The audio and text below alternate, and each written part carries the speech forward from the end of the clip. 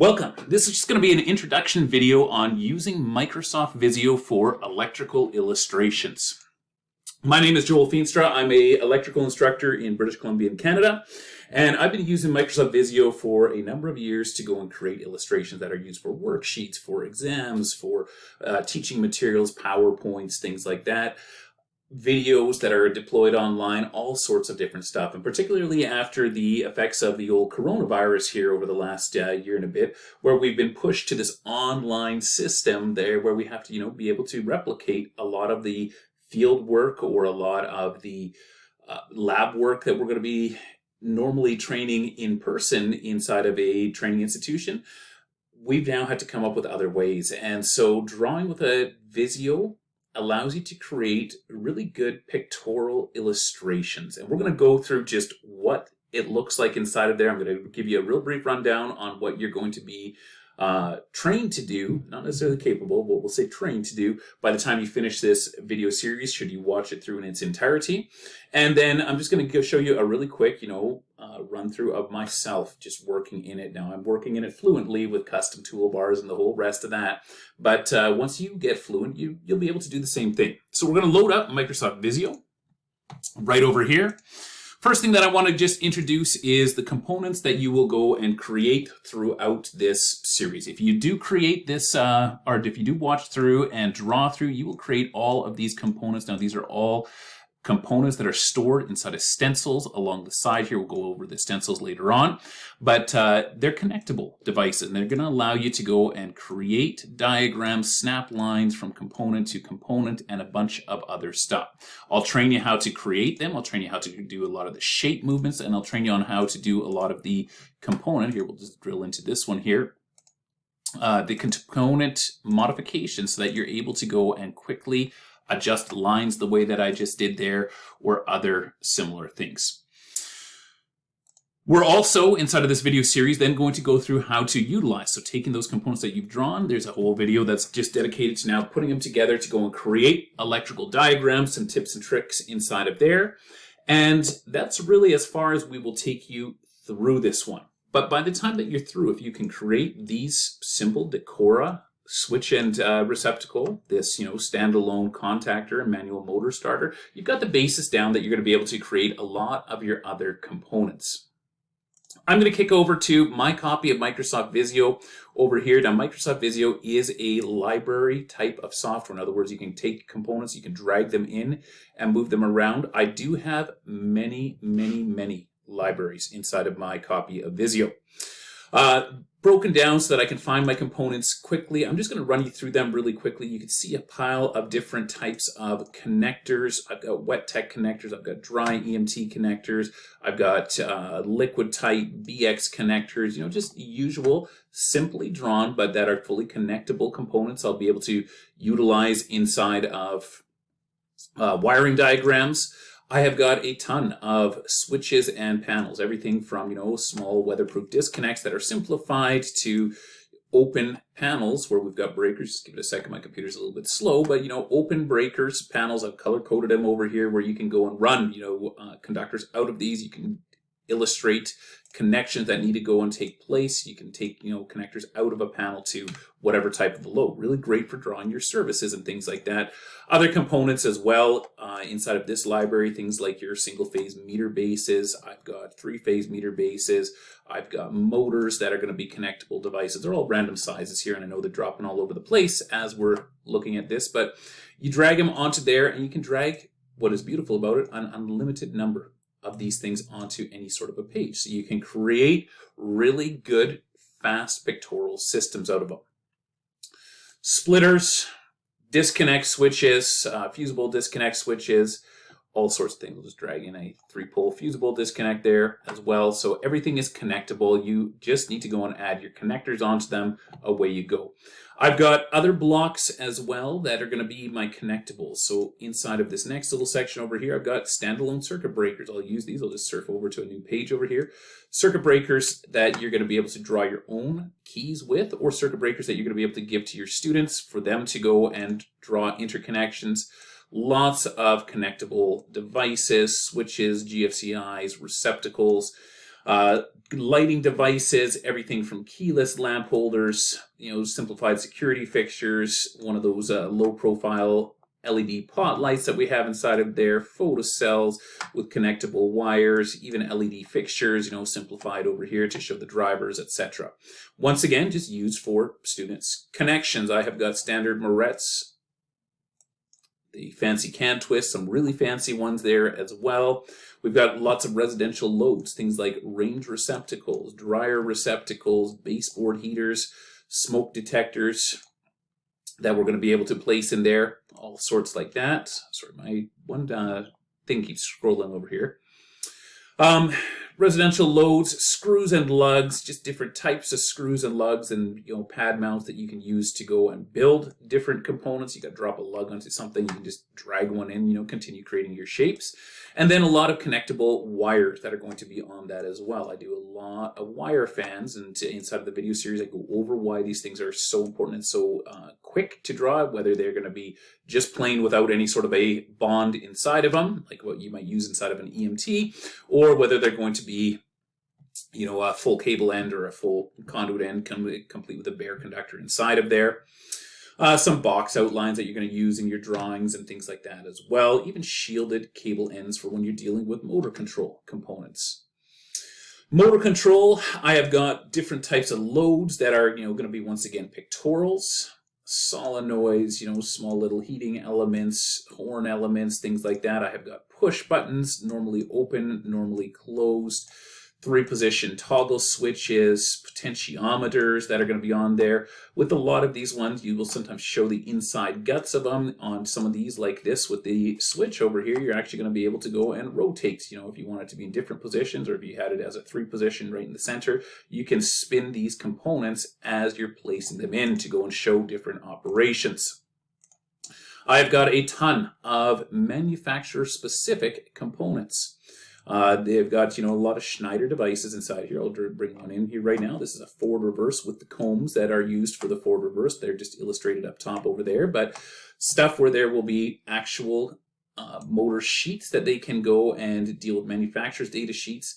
Contactors, I'll have contactors with an overload block, soft starters, that will bring in a soft start. Once again, connectable components, small smart relays inside of there, drum switches, timers, once again super handy for doing your motor control. You can give them a data sheet and away they go. DC supplies, manual starters, 8-pin control relays, just standard ones, DIN rail breakers, all sorts of stuff that is going to be used. Once again, you can either drop all of these components onto a sheet and have the students solve it, or you can use it to go and create your own.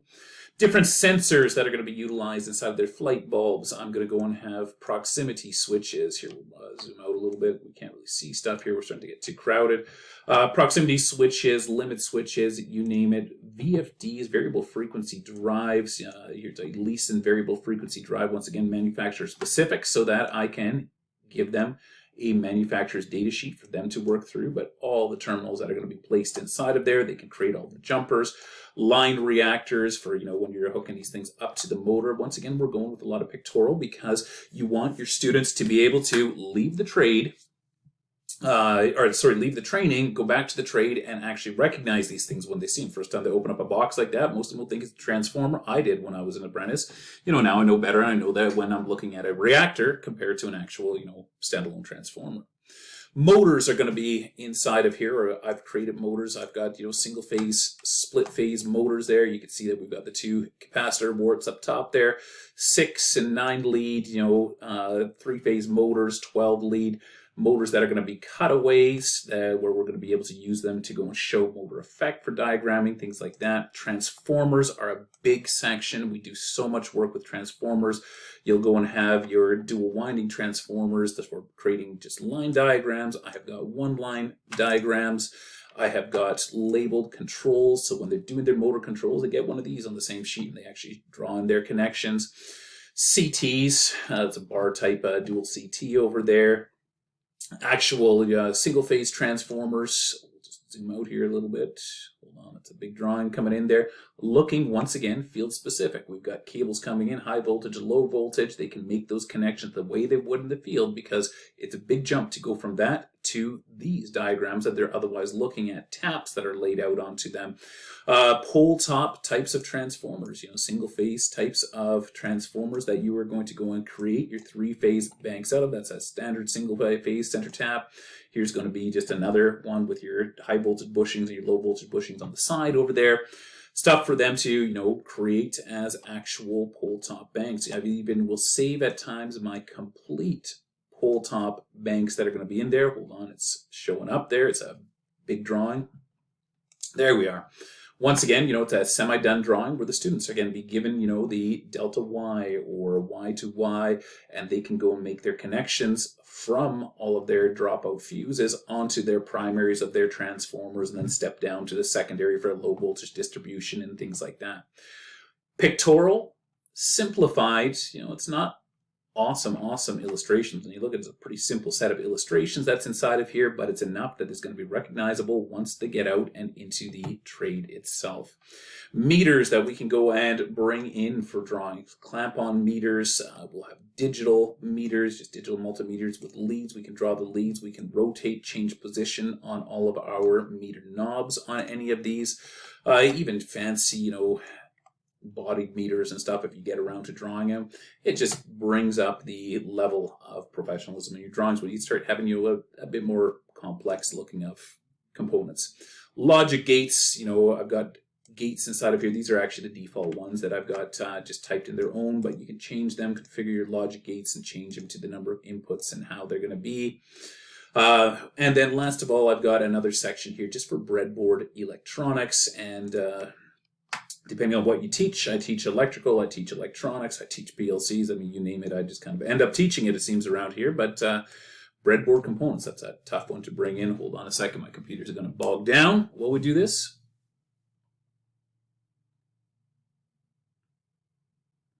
It's really slow bog down that we're on here right now.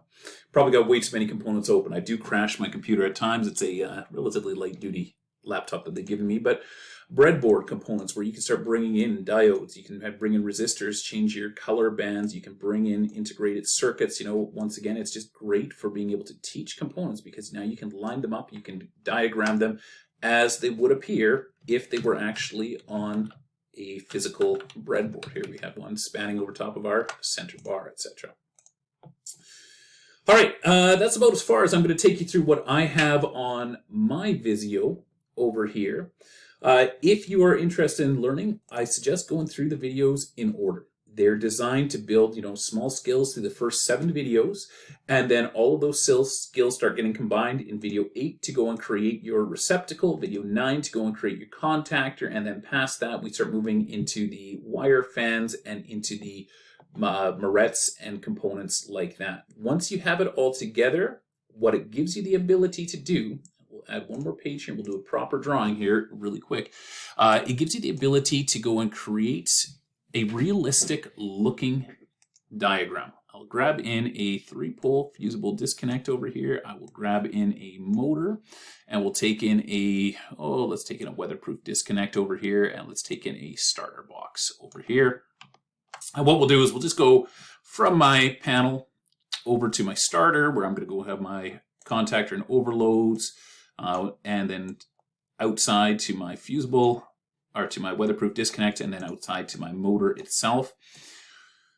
And what we'll do, drop these onto there. I'm just going to grab a couple of connectors over here. I see that I need to have a wet tech on here, and because I would never go and use a wet tech where I don't need it, we'll just go with a 2-screw for everything that's going to be inside, and we'll just do a little bit of resizing. That looks about to scale for what we're going to need there, so we're going to go and take that one, we'll drop one into there, Control C, Control V, copy and paste. I use a ton of copy and paste, so hold on, I just dragged a connector point off of that one there, but we'll bring that one over to here, and we'll actually make it just a hair smaller. So we can fit another one, Control C, Control V, drop another one onto there. Then I'm just going to bring this box here to the forward so it looks like they're entered into it. And then we'll just do the same thing with this one over here. We got a wet tech connector. We'll just shrink it down to a more appropriate size based on the other components we have. And once again, you just size up, size down as you need.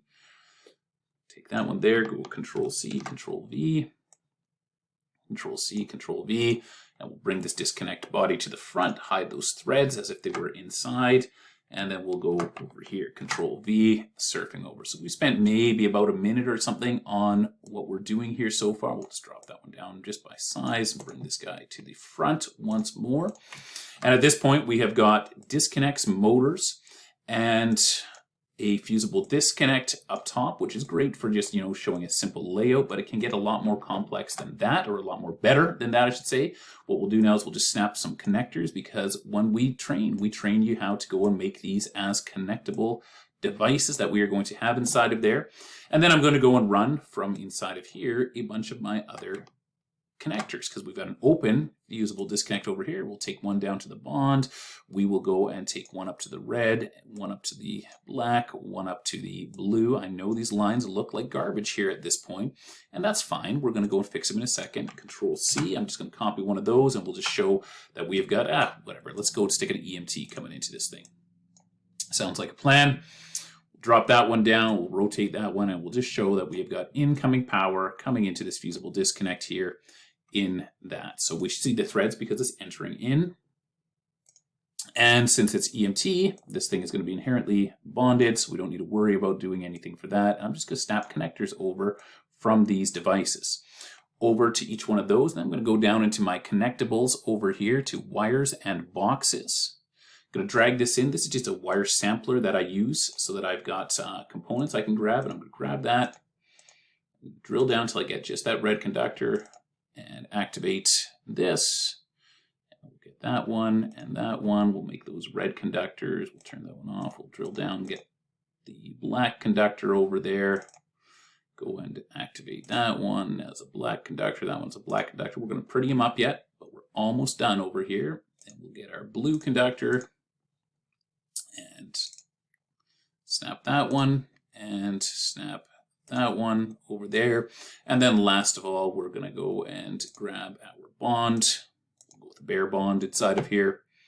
We only need one, so we only need to snap that thing once, and we've got that. And then all we need to do to finalize this diagram is bring your lines up. Now, it's lovely that you can move your lines around, because if you've ever worked with paint, it'll make you want to throw yourself out a window, because paint itself just sucks when it comes to trying to move lines after you've placed them. It's like playing cards with somebody. A card laid is a card played, is the way it is with paint. It's a line laid is a line done. You can't move it. These ones, you can move these things around.